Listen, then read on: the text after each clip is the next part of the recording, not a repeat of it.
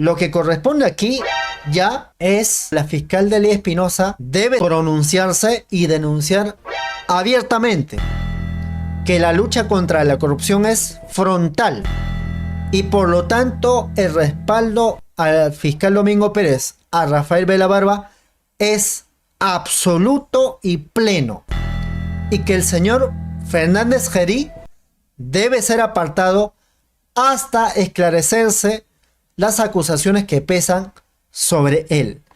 Es el camino, porque si no, vamos a ver que de acá a pocos días los suspenden a Rafael Vela Barba y a José Domingo Pérez, y los investigados felices, incluso postulando a las candidaturas.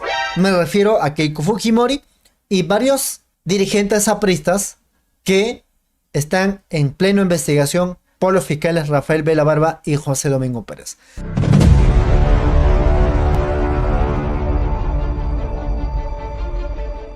Hoy, una vez más, se confirma que hay objetivos claros de presuntas organizaciones criminales de traerse abajo a todos los fiscales de caso Lava Jato, que está involucrado ahí los apristas, los fujimoristas y, como en este caso hemos conocido hace poco, de caso de Ollanta, Alejandro Toledo y Susana Villarán. Ya es de forma abierta que han declarado como una especie de guerra contra los fiscales Lava Jato, como José Domingo Pérez y Rafael Vela Barba. Y muchos se preguntan, ¿quién debe poner orden? ¿Quién es el ente que debe señalar cuál es el camino de acuerdo a la Constitución? Esto quiero desarrollar porque varios compatriotas me han escrito: Timoteo, ¿por qué no haces programa en relación presuntas responsables a la fiscal de la Nación, Delia Espinosa? Y al mismo tiempo vemos cómo es que fiscal Domingo Pérez también señala como presunta responsable a la fiscal Delia Espinosa. Por ejemplo, el día de hoy han aparecido noticias como este acá. Fernández Gerí sigue aún, decide a su gusto a quienes sanciona en el Ministerio Público. Abrió investigación en el año 2023 contra fiscales José Domingo Pérez y Rafael Vela, porque considera falta grave que declararon a los medios cuando llegó Alejandro Toledo extraditado. Amplía 6 meses de investigación. Es lo que remarca en este caso la periodista Jacqueline Fox. Otro cual es Américo Zambrano, el periodista de Semanario Gilvanazo 13. Dice: la Autoridad Nacional de Control del Ministerio Público, encabezado por Juan Antonio Fernández Gerí, ha ampliado y acelerado el proceso disciplinario contra fiscales Rafael Vela Barba y José Domingo Pérez por sus actuaciones en el equipo especial caso Lava Jato. Y ahí están los documentos. Y reitero, la noticia del día y los titulares de los medios de comunicación es esta de acá. Incluso acá dice: la Autoridad Nacional de Control del Ministerio Público amplió la investigación por 60 días hábiles contra fiscales Rafael Vela Barba y José Domingo Pérez por declarar que la ex fiscal de la Nación, Patricia Benavides, no tuvo participación en la extradición contra Alejandro Toledo. La ampliación se da en medio del escándalo de los audios atribuidos al jefe de la Autoridad Nacional de Control del Ministerio Público, Juan Antonio Fernández Gerí, quien, en presunta complicidad con el ex abogado de Fuerza Popular, Cristian Salas, habrían orquestado un complot contra los fiscales que integraban el equipo especial Lava Jato, con el fin de desarticular las investigaciones contra Keiko Fujimori y su partido político. Las faltas graves que son atribuidas a Rafael Vela Barba y José Domingo Pérez son por sus declaraciones explicando que Patricia Benavides no tenía participación alguna en el proceso de extradición de Alejandro Toledo desde Estados Unidos. Rafael Vela declaró que Patricia Benavides no contaba con ninguna facultad desde el punto de vista procesal, porque el caso está a cargo del fiscal José Domingo Pérez como fiscal y del juez Richard Concepción Carbancho. No hay intervención de la señora fiscal de la Nación, comentó. Ese comentario fue pretexto para que el señor Juan Antonio Fernández Gerí abriera investigación y lo suspendiera al fiscal Rafael Vela Barba. Y después fueron ya contra fiscal Domingo Pérez y la fiscal Marita Barreto antes.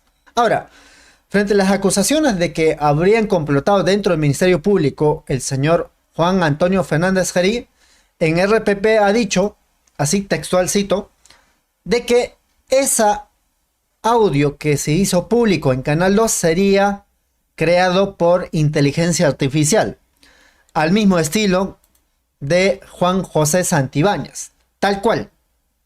Bien, esto para comprender. Por otro lado, el fiscal José Domingo Pérez también hace días atrás en varios medios de comunicación ha estado señalando como presunta cómplice a la fiscal de la Nación en cuanto de no hacer nada. Es decir, ser cómplice pasiva. Se le ha advertido en varios momentos, incluso en informes que han presentado contra Fernández Gerí, y pareciera que la señora Delia Espinosa no hace nada. En este caso, en Diario El Foco, en sus podcasts, el periodista Eloy Marchán también comentaron sobre el tema. ¿Por qué actúa de esa manera la fiscal de la Nación actual? ¿Por qué no siente una postura? Y de acuerdo en conclusiones de ellos es que la fiscal de la Nación quiere quedar bien con este lado y también con este lado. Quiere decir que quiere llevarse bien con todos. Pero en un momento, digamos, determinante, como es en este caso la lucha contra la corrupción, no puede haber, digamos, ese, entre comillas, de llevar las cosas en paz. Tiene que sentar una postura, que es justamente está exigiendo el fiscal José Domingo Pérez. Por ejemplo, dice acá en Exitosa, José Domingo Pérez apunta contra Delia Espinosa tras revelación de audios. Hay inoperancia de la Fiscalía de la Nación.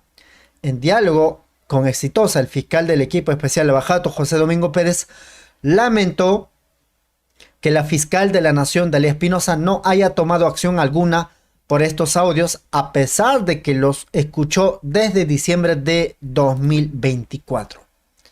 Es lo que está exigiendo permanentemente, en este caso, el fiscal José Domingo Pérez. Pero aquí hay otro más. Ayer ratificó, en este caso, la postura que tiene el fiscal José Domingo Pérez. En todo caso, vamos a escucharlo. ¿Qué opinión tiene sobre los audios que se han propalado el día de ayer sobre la conversación de Juan Fernández Gerí, que se le atribuye pues un complot, ¿no?, a favor de Fuerza Popular y en contra de su persona y otros fiscales? Bueno, es una situación que preocupa. No solamente me preocupa a mí, preocupa a fiscales que están siendo en este momento investigados disciplinariamente por la Autoridad Nacional de Control del Ministerio Público a nivel nacional. También preocupa que la Fiscalía de la Nación hasta este momento no haya hecho nada.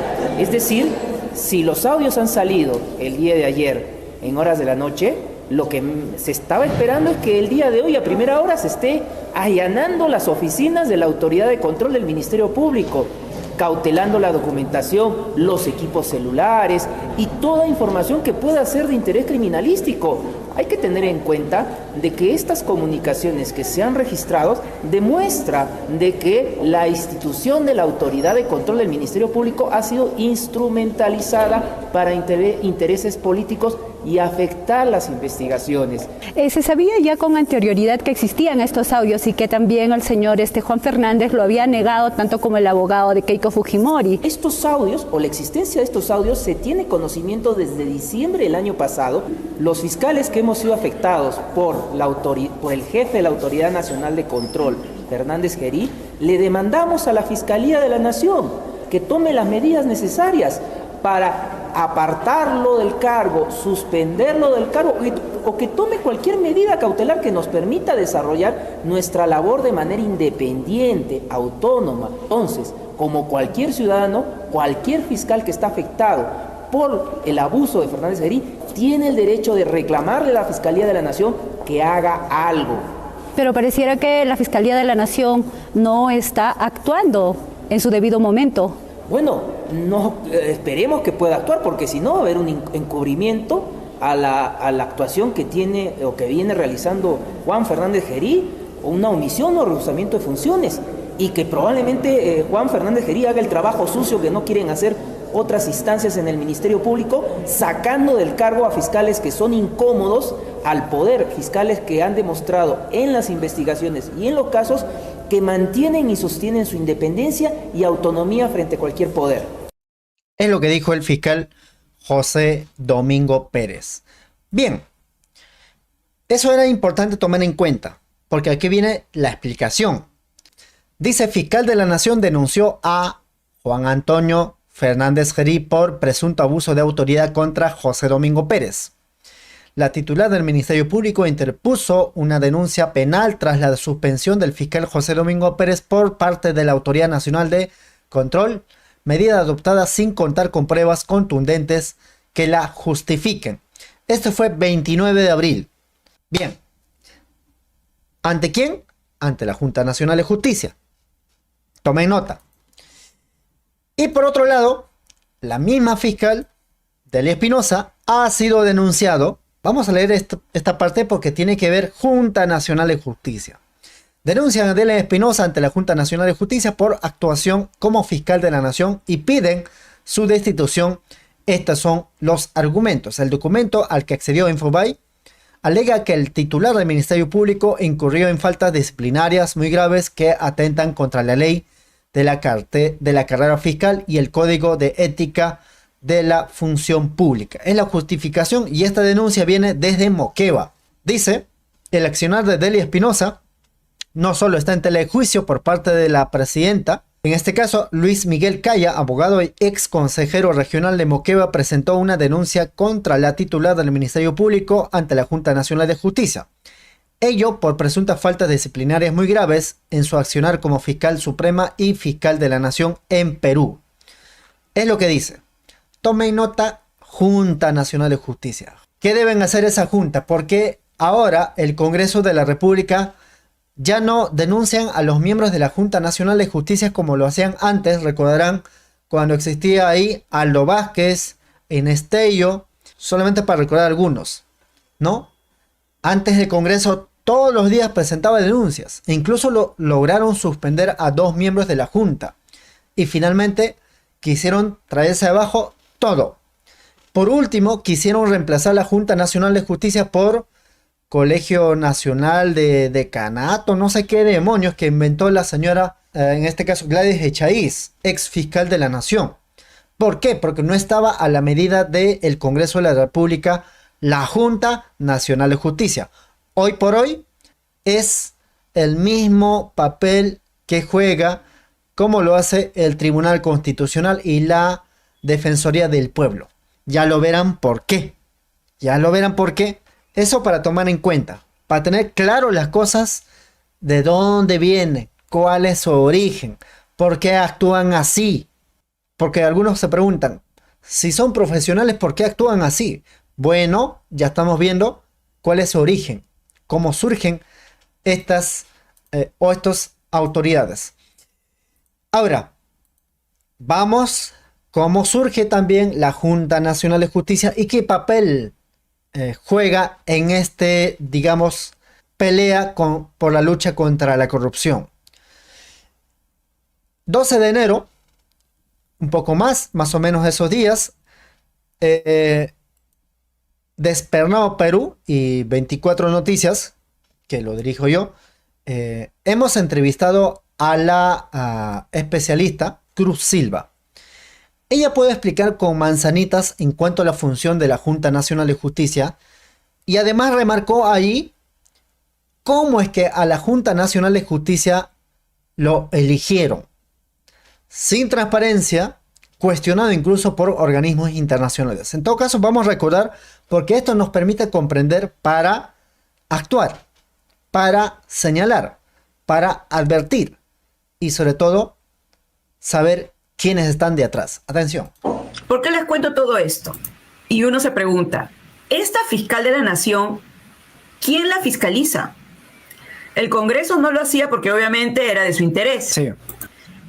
Quien la fiscaliza es justamente, como a todos los operadores de justicia en el país, la Junta Nacional de Justicia. La Junta Nacional de Justicia, viendo estas cosas y por denuncias de los fiscales involucrados, Yo recuerdo mucho a la doctora Bersabe Revilla, que fue la fiscal que veía el caso de la hermana de la fiscal de la Nación, puso su denuncia disciplinaria ante la Junta y la Junta Nacional de Justicia comenzó a investigar a la fiscal de la Nación.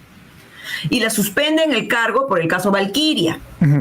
Por eso es de que nosotros ya no vemos más a Patricia Benavides y la Junta comienza un proceso disciplinario. Para que vean el poder de la impunidad en ese caso, solamente ya para cerrar aquí el recuento, Patricia Benavides, la ex fiscal de la Nación, cuando sale del cargo, es acompañada, abrazada por actores políticos en vigencia.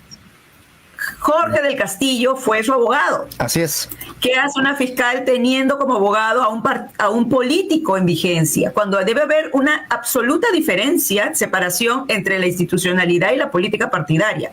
Entonces, la Junta Nacional de Justicia, como podemos ver, es un ente encargado de la evaluación del desempeño, de la investigación de posibles inconductas disciplinarias que pueden llevar a los operadores a la destitución, y la selección de jueces y fiscales y juezas a nivel nacional. Es un ente muy importante, pero no solamente eso.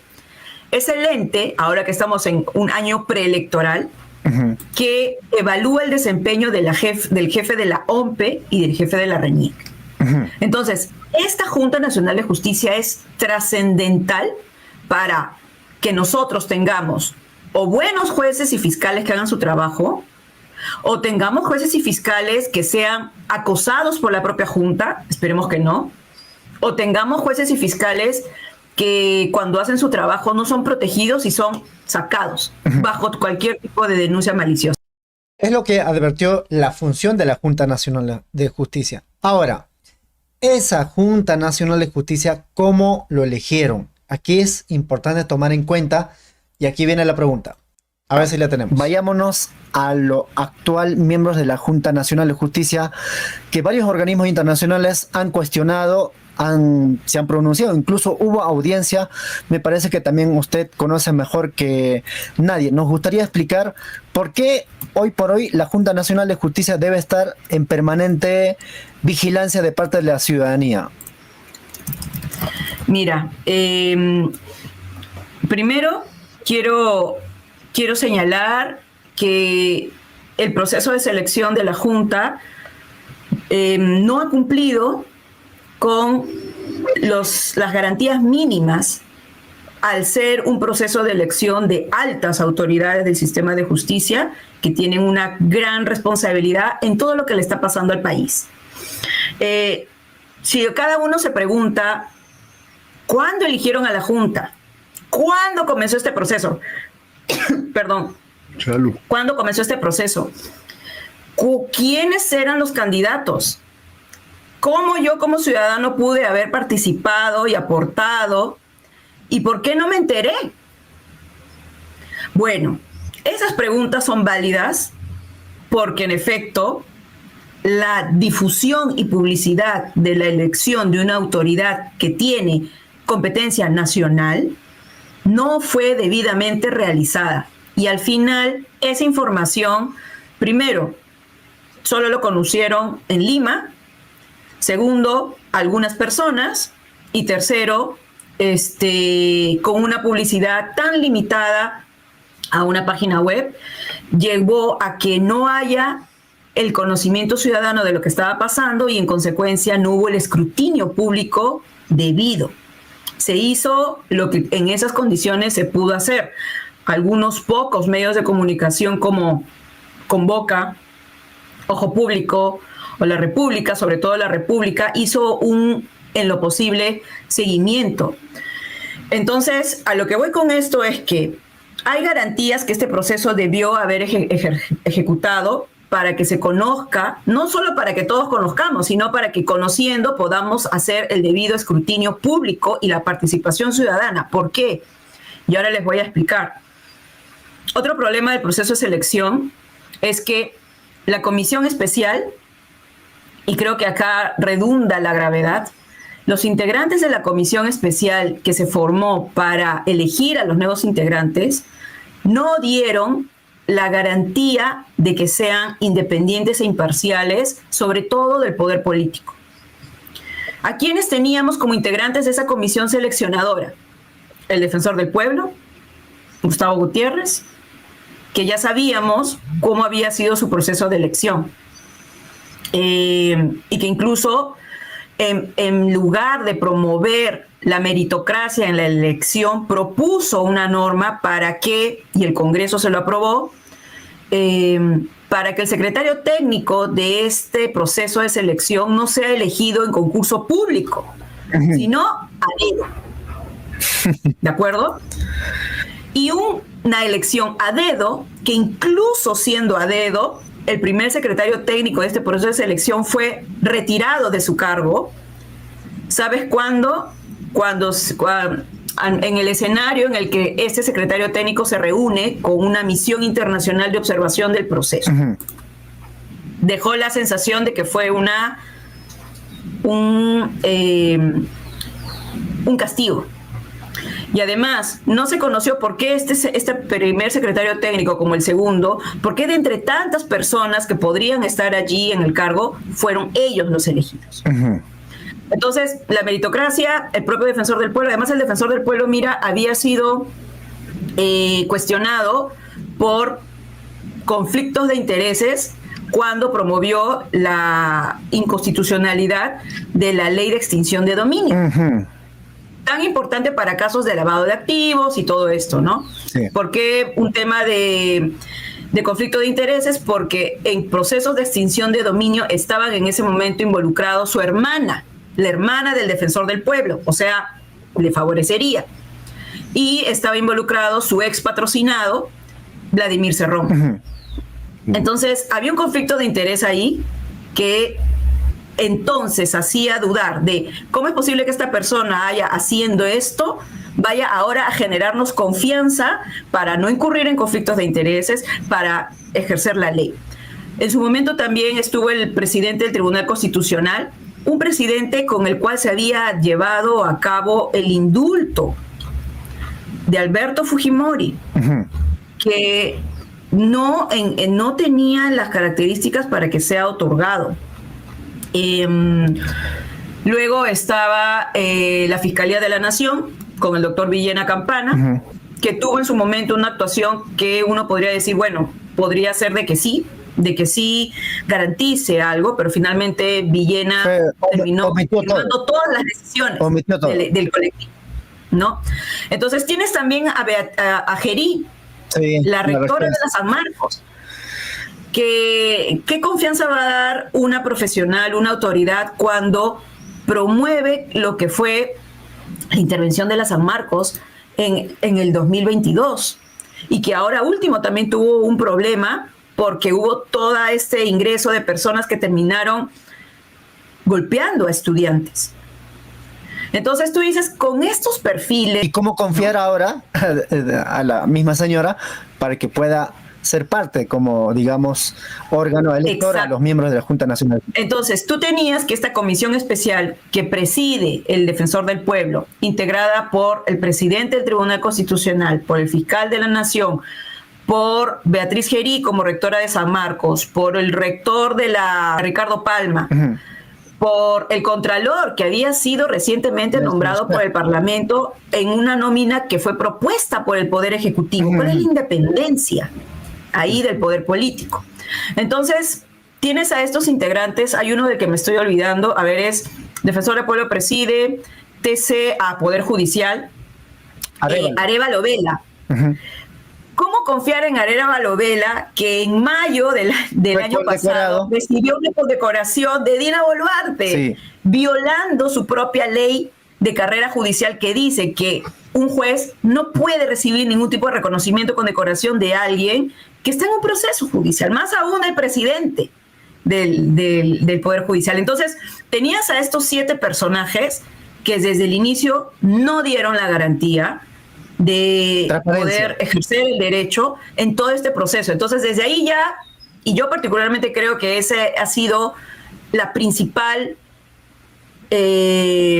gravedad del proceso de selección. La composición de la comisión especial no garantizó todo lo que vino después. ¿Y qué vino después? Solamente, digamos, para recordar, ¿no? el reglamento y la base del concurso retrocedió respecto de lo que fue la primera vez, que tampoco no fue tan bueno. ¿Por qué? Porque, por ejemplo, nosotros habíamos pasado el problema de la tesis de Patricia Benavides, ¿cierto?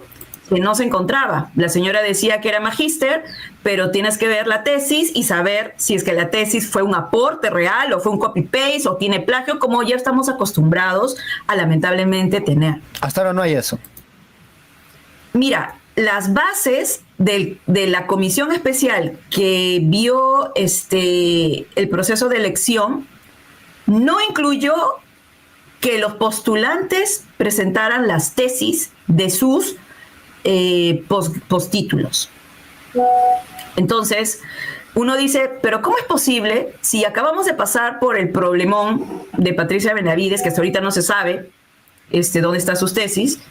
¿Cómo es posible que ahora la comisión especial no exija eso?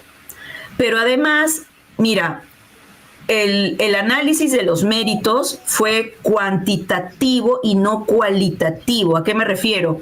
Si tú eras un abogado que postulabas, te dábamos puntaje solo por el hecho de haber sido abogado 15 años, 20 años, 30 años. Si es que ese ejercicio profesional fue bueno, de calidad, que promovió el sostenimiento democrático, no, eso no se evaluaba. Entonces, los currículums, la evaluación curricular pasaba así muy fácil. Y otra cosa fue que no se supo cómo se evaluaban esos méritos. Ojo Público descubrió en el curso que la comisión que que generaba los exámenes estaba integrada por personas que que eran recientemente egresados. Uh-huh. Entonces, ¿dónde está la especialidad? Y también identificó que el notario que daba fe de que todo era pulcro, etcétera, etcétera, era un notario que estaba vinculado al caso Cócteles. Ay. Porque la fiscalía lo había convocado, uh-huh, porque había tenido por ahí un relacionamiento con el caso Cócteles de Fujimori. Sí. Entonces, ¿por qué ha pasado todo esto? Porque la comisión especial no prepublicó lo que iba a ser el reglamento y las bases. Uh-huh. Ahí podríamos haber dado cuenta, como se hizo dicho sea de paso en la primera elección de la Junta. Claro. Ahí podríamos haber dado cuenta qué faltaba. Y, por ejemplo, otra cosa importante que no se dio para prevenir conflictos de interés fue lo siguiente: quienes postulan son abogados litigantes. Uh-huh. El Colegio de Abogados de Lima tiene como medida de prevención de conflicto de interés, que incluye abogados que postulan a cargos públicos, que tengan un registro de sus patrocinios, copatrocinios, el tema y a quién patrocina. Uh-huh. ¿Por qué? Porque si asumen luego una función pública, la idea es saber a quién patrocinaste para que te puedas inhibir, uh-huh, y te exijamos que te inhibas. Pero eso no fue solicitado por la comisión especial. Entonces, no se prepublicó en la base del concurso como para poder dar con las falencias gravísimas. Uh-huh. No se prepublicaron los mecanismos o las herramientas con las cuales se iba a evaluar cada etapa de evaluación. Uh-huh. No se supo quiénes fueron las personas contratadas para saber si esas personas que iban a aportar al proceso de evaluación no incurrían en conflictos de interés o daban la garantía de imparcialidad en la evaluación. Uh-huh. Y un tema de las tachas, ¿no? Nosotros, y cuando digo nosotros, digo el Grupo de Trabajo contra la Corrupción, uh-huh, con organizaciones como Japicay o la Asociación Nacional de Centros o FOVIDA, presentamos tachas. Observaciones. ¿De acuerdo? Presentamos tachas respecto de postulaciones, donde casi todos son ahorita nombrados. Y decíamos, por ejemplo, María Teresa Cabrera. Uh-huh. María Teresa Cabrera, que actualmente ha sido elegida vicepresidenta de la Junta Nacional de Justicia. Uh-huh. Nosotros presentamos una tacha porque ella no garantizaba la apariencia de independencia e imparcialidad para acceder a ese cargo. ¿Por qué? Porque ella fue una persona estructural en el partido político Podemos, sí, de Luna Gálvez. Hay otros así, Incluso, mira, antes de ir a los otros, vamos también dando, digamos, cierta secuencia en lo que más o menos por qué se le cuestiona a la Junta Nacional de Justicia. Uno, que los personajes que eran encargados para elegir eran cuestionadísimos. Segundo lugar, la metodología, la forma que habían establecido no era tan claro, simplemente era facilitar que cualquier persona podía entrar y no podía ser, digamos, fiscalizado o algún filtro que podía garantizar que haya personas pruebas. En este caso ya vemos a los personajes que han postulado, que tienen trayectorias muy cuestionadas, en este caso como lo que ha señalado la señora Cabrera, y seguramente hay otros también.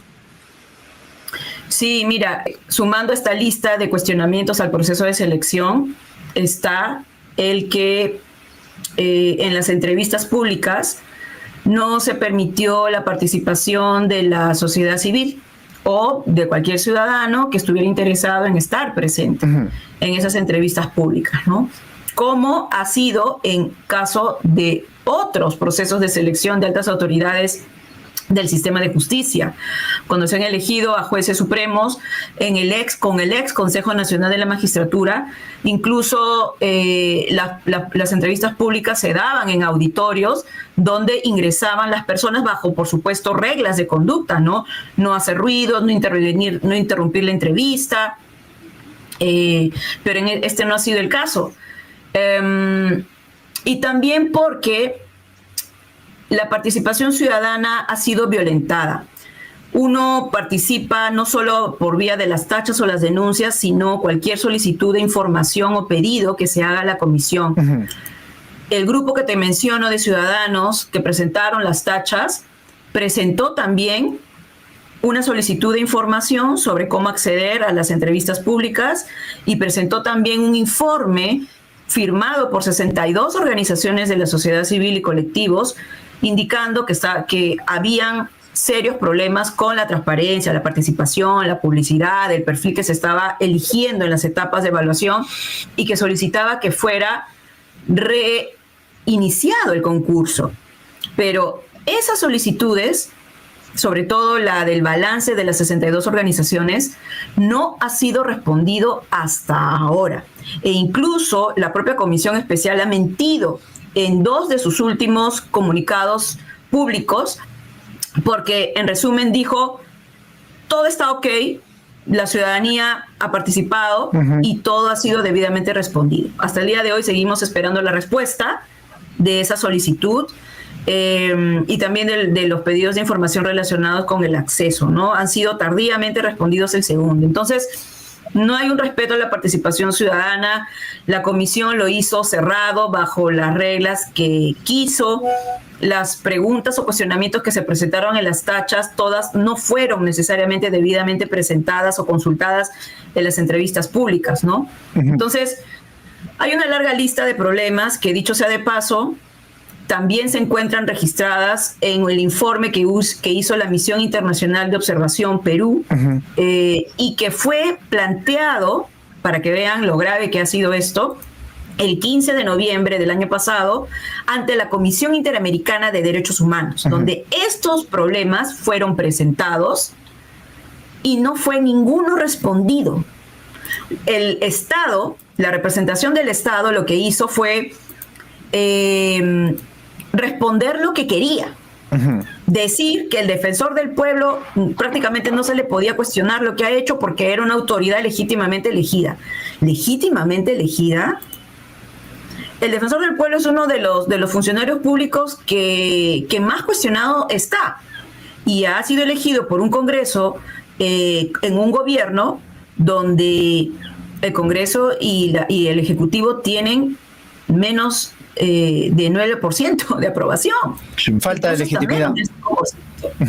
Entonces, el Estado en esa audiencia pública del 15 de noviembre no respondió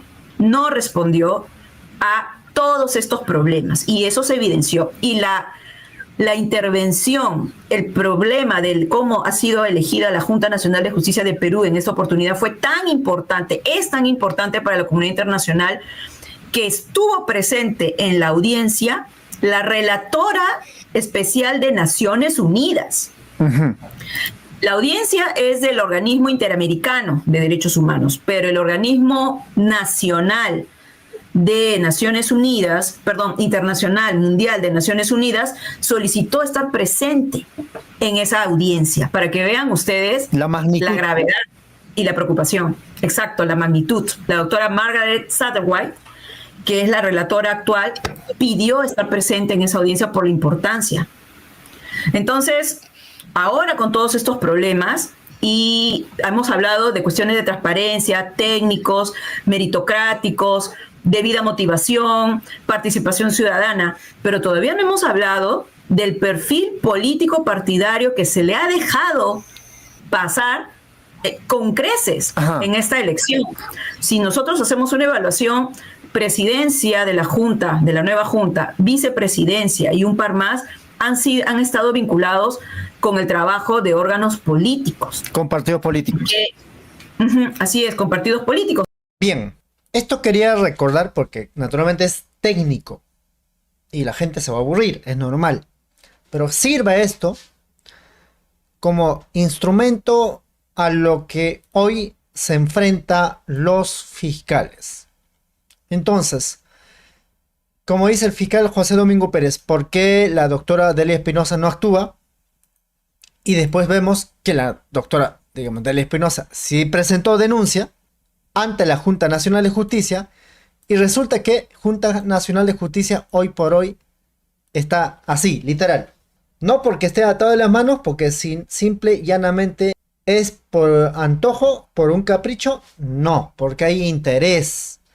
Y justamente vamos a entrar a ese terreno. El semanario Vigilio en su 13, esto fue publicado hace 2 semanas atrás, dice lo siguiente: Junta de Forajas. Y esto lo presenta el periodista Américo Zambrano. Dice en su presentación de este informe: el defenestrador de fiscales que se enfrentan a la gran corrupción se siente impune. Hace referencia a señor Fernández Gerí. Dice: porque la Junta Nacional de Justicia, secretada por el Congreso, lo encubre y protege, y la fiscal de la Nación se calla en 7 lenguas.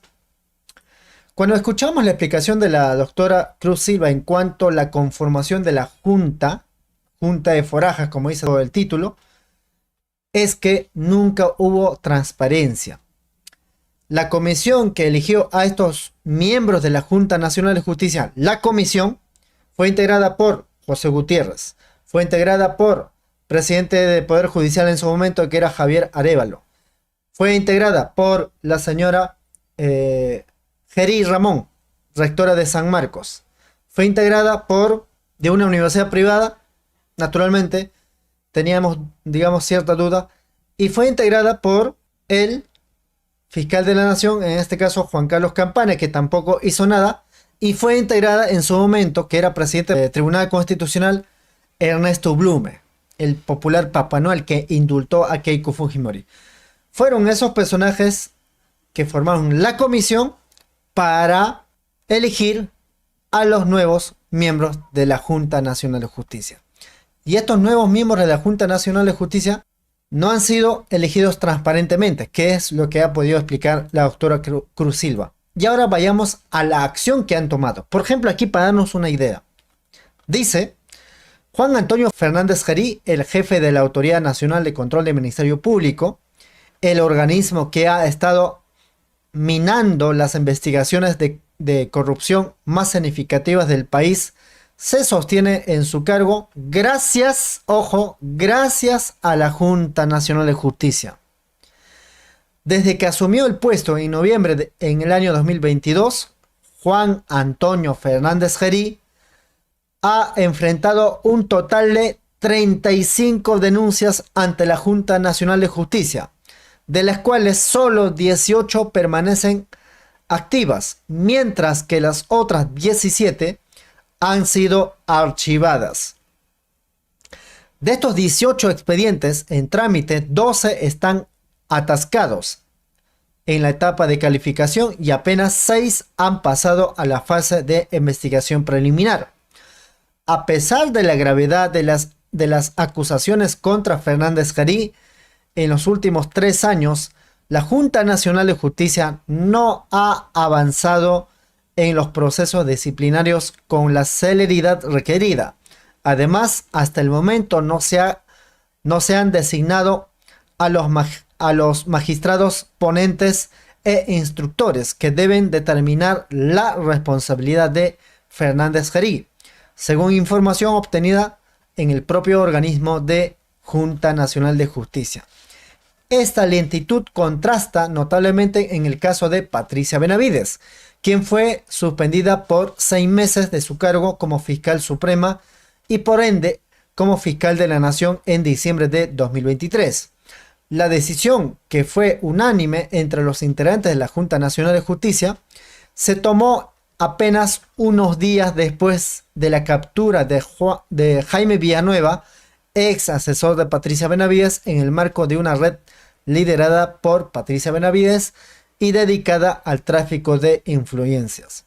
La Junta Nacional de Justicia posee la facultad de suspender de manera preventiva a un fiscal o magistrado con el objetivo de garantizar la integridad del proceso disciplinario y prevenir cualquier obstáculo en su desarrollo. Ocurrió con Patricia Benavides, pero no con Fernández Gerí, quien, según la propia Fiscalía de la Nación, también estaba comprometido en su telaraña de poder y corrupción. ¿Implica esto que no existen pruebas o testimonios en su contra que justifiquen su remoción provisional del cargo y prevengan que continúe operando con absoluta impunidad? Todo lo contrario. Pocos días después de su detención, el 12 de diciembre de 2023, Jaime Villanueva, asesor y hombre de confianza de la ex fiscal de la Nación, Patricia Benavides, realizó una declaración como colaboradora eficaz en la que expuso los nexos ocultos del jefe de la Autoridad Nacional de Control del Ministerio Público con el ex ministro aprista Hernán Garrido Leca y el abogado José Luis Uyón.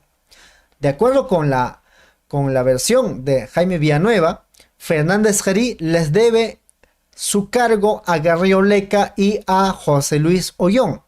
Dice: tengo conocimiento de que en el mes de septiembre de 2022 José Luis Uyón y Garrido Leca habrían influido en los integrantes de la Junta Nacional de Justicia para que Juan Antonio Fernández Gerí sea designado como Autoridad Nacional de Control del Ministerio Público, aseguró Jaime Villanueva, según el acta de su declaración como colaborador eficaz del Código 23-2023.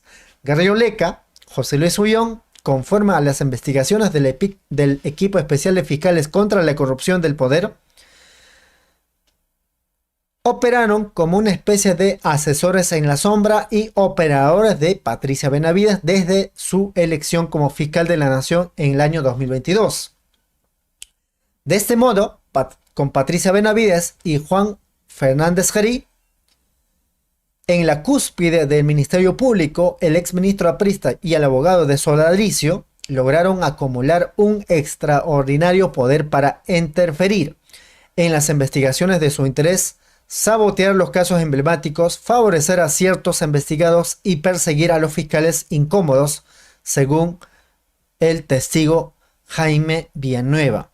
El colaborador eficaz declaró que Garrido Leca y José Luis Uyón intercedieron por el nombramiento de Fernández Gerí y posteriormente orquestaron una conspiración para que, por intermedio de él, pudieran, por la vía administrativa, encontrar un motivo que justifique a la suspensión inmediata del fiscal superior Rafael Vela Barba, coordinador del equipo de fiscales caso Lavajato. El objetivo que perseguían como, en este caso, Garrido Leca y José Luis Uyón, según se detalla en una resolución del juez Raúl Justiniano Romero, era manejar, controlar y direccionar los procesos penales y archivar las investigaciones fiscales en las que ambos están implicados. Garrido Leca, por ejemplo, se encuentra bajo investigación junto a 9 dirigentes del partido aprista por los presuntos delitos de lavado de activos y asociación ilícita para delinquir. En este caso se halla bajo la supervisión del fiscal especial Lavajato, que aún es liderado por Rafael Belabarba. Por su parte, José Luis Uyón actúa como abogado de los investigados en el caso Sodalicio, que también es gestionado por los fiscales o por la Fiscalía Especializada de Delito de Lavado de Activos, bajo la dirección de Rafael Belabarba. ¿Se dan cuenta? Además, el señor Jaime Villanueva dice acá lo siguiente. Así fue como se materializó el plan. El jefe de la Autoridad Nacional del Ministerio Público reactivó una queja previa contra Rafael Belabarba, presentada por la jueza Sonia Torres, quien había precedido el tribunal que decidió la excarcelación de Keiko Fujimori en el año 2020. En ese contexto se abrió una investigación disciplinaria contra Rafael Vela, y después de que la magistrada señalara que sus observaciones sobre el fallo que dejó en libertad a Keiko Fujimori eran ofensivas e impropias. En su confesión, Jaime Villanueva, como colaborador eficaz, reveló que advirtió a Rafael Belabarba sobre la necesidad de buscar su defensa legal, puesto que el actual jefe de la Autoridad Nacional de Control había llegado a su cargo con la ayuda de Hernán Garrioleca y el abogado José Luis Uyón. Jaime Villanueva subrayó que, dado el favor que les debía, el nuevo jefe de la Autoridad Nacional de Control del Ministerio Público no dejaría en su empeño hasta lograr su suspensión. Todo cuadra. Ahí está. Si tenemos la Junta Nacional de Justicia al servicio de los que están investigados por caso Lavajato, y que hay promovido Patricia Benavides, ya sabemos cómo actuó, pero ahora estamos viendo cómo actúa el señor Fernández Gerí. ¿Qué vamos a esperar? Lo que corresponde aquí ya como responsabilidad profesional, ético, es a la fiscal Delia Espinosa, tal vez mañana, pasado mañana, pronunciarse y denunciar abiertamente que la lucha contra la corrupción es frontal, y por lo tanto el respaldo al fiscal Domingo Pérez, a Rafael Belabarba, es absoluto y pleno, y que el señor Fernández Gerí debe ser apartado hasta esclarecerse las acusaciones que pesan sobre él. Es el camino, porque si no, vamos a ver que de acá a pocos días los suspenden a Rafael Belabarba y a José Domingo Pérez, y los investigados felices, incluso postulando a las candidaturas. Me refiero a Keiko Fujimori y varios dirigentes apristas que están en plena investigación por los fiscales Rafael Belabarba y José Domingo Pérez. Entonces, la actuación dentro del Ministerio Público contra fiscales como Rafael Belabarba, José Domingo Pérez, como Marita Barreto, no son gratuitos. Cuando hablo de Marita Barreto, es que recordarán, había allanado la casa de caso Nicanor Boluarte, y ahí encontraron los documentos. En la operación Valquiria, ahí aparece las confesiones de Jaime Villanueva, dando pistas cómo actuó y cómo actúa ahora el señor Fernández Gerí. Entonces, estamos advertidos. No hay otro camino. Eso es lo que le queda a la fiscal Delia Espinosa. Ya el fiscal Domingo Pérez abiertamente se ha pronunciado. El fiscal Rafael Belabarba también se ha pronunciado. Entonces, lo que corresponde ahora es que la fiscal de la Nación, como máxima representante del Ministerio Público, se pronuncie y exija que suspendan al señor Fernández Gerí la Junta Nacional de Justicia. Vamos a ver si lo suspende. Si no, ya sabemos cómo nació, quiénes la promovieron a la Junta Nacional de Justicia a la medida, al gusto de los que hoy están investigados en la Fiscalía, como es Keiko Fujimori, como es en este caso la señora Dina Boluarte, y todos. Dependerá ya de la fiscal de la Nación cómo defiende su institución, sobre todo su formación profesional. Entonces ahí está. Yo me despido. Les invito a que puedan también dejar su like, compartir video y suscribirse a nuestro canal de YouTube. La mejor apoyo que nosotros recibimos es que se suscriban a nuestro canal de respaldo. Búsquenos Timoteo Cutipa en vivo y listo. Suscríbanse activando la campanita y nos vemos más tarde en ese canal. Están invitados. Tupanan Chicama. El Perú ahora se despertó. Los hombres del Ande, los chancas, los aymaras, los nativos, vamos a cambiar la historia del Perú, carajo. Aymaras nunca se rinden, hermanos. Está firme, hermanos. Por eso estamos hoy día bien haciendo asamblea. No queremos a la Dina asesina. Congresistas todos que se vayan. Por favor, señora Dina, el pueblo, más de 80% de gente no le quiere, por favor, que se retire.